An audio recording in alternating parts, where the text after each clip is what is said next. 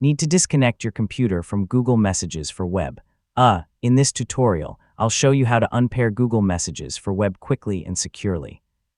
Whether you're using a shared computer or simply no longer need the connection, you'll learn exactly how to remove paired devices in just a few steps. To begin, unlock your Android phone and open the Google Messages app. Since your paired devices are managed from your phone, this is where you'll remove the existing connection.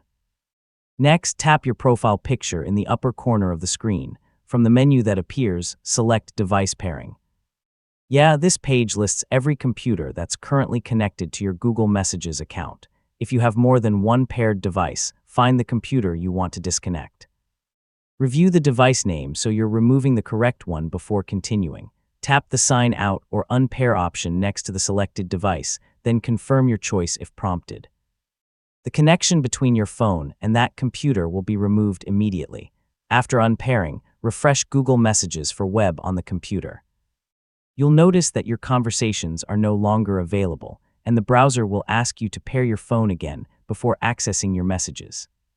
If you used Google Messages for web on a public or shared computer, so always unpair the device when you're finished. This simple habit helps protect your private conversations and prevents unauthorized access, and that's how to unpair Google Messages for web. You can reconnect the same computer anytime by scanning a new QR code. If you found this tutorial helpful, don't forget to like the video, subscribe for more easy technology guides, and thanks for watching.